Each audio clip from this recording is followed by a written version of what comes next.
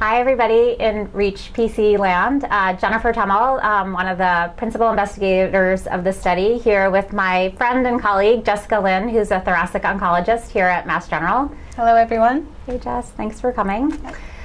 So, Jess, one thing that we were hoping you could talk about today is kind of what your experience has been co-managing patients with advanced lung cancer with the palliative care team, like how helpful it is and where do you think they add value to our patients?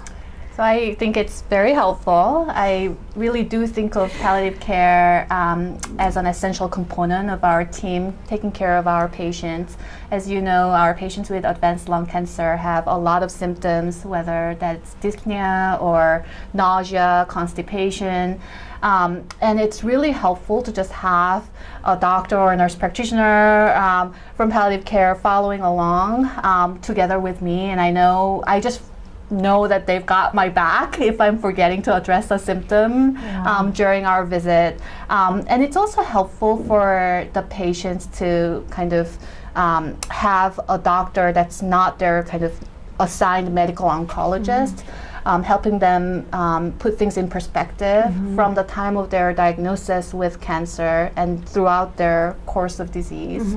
I think patients find it really helpful as well. That's awesome. You know, one thing you just said is that it's also helpful for you to have them involved. Can you tell me how they might support you when you're dealing with a difficult patient situation? So there are several examples. One, from a very practical standpoint of symptom management, there are definitely times when somebody has very refractory nausea or dyspnea that's not adequately managed with our kind of go-to medications.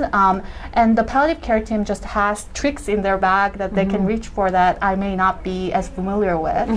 Another time when they're very helpful is especially with managing very challenging end-of-life conversations or transitions at major points in their cancer course. So for example, I just recently had a patient, a very young patient with unresectable mesothelioma, with babies at home who just was not responding to therapy and had to be transitioned to hospice. And I have to tell you, I would not have been able to help her through that time without palliative care team also on board. It's just very helpful. That's so nice. I'm a crier, but I'm not going to cry with that.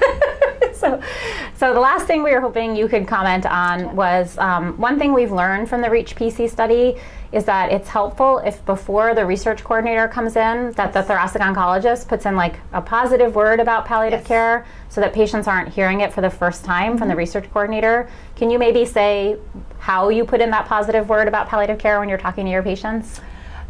So I always start out with trying to explore whether the patients and their families are even familiar with the concept of palliative care, because I found that there's such a wide variation in their familiarity with the concept and their understanding of what palliative care team does. A lot of times there can be misperceptions. Sometimes they've just never heard the word before. And I think of it as an opportunity to introduce the concept to my patients, and it also reminds me to keep having them involved in managing their cancer.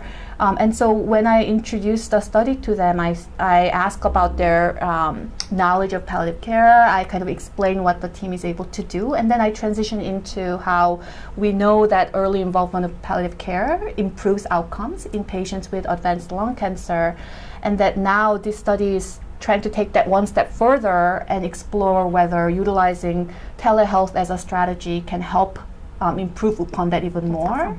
And patients hear that, and often the feedback I get even from just the introduction of the study is that sounds like a wonderful idea, and they get enthusiastic about talking to the study team. And I think I found that strategy works really well, and I actually really do find it helpful for me as well. That's awesome. Great. Thank you so much, Jess. Thank you, everybody. If you ever have the opportunity to meet Jess, she's an awesome oncologist. And thank you all very much. Thank you. Yay.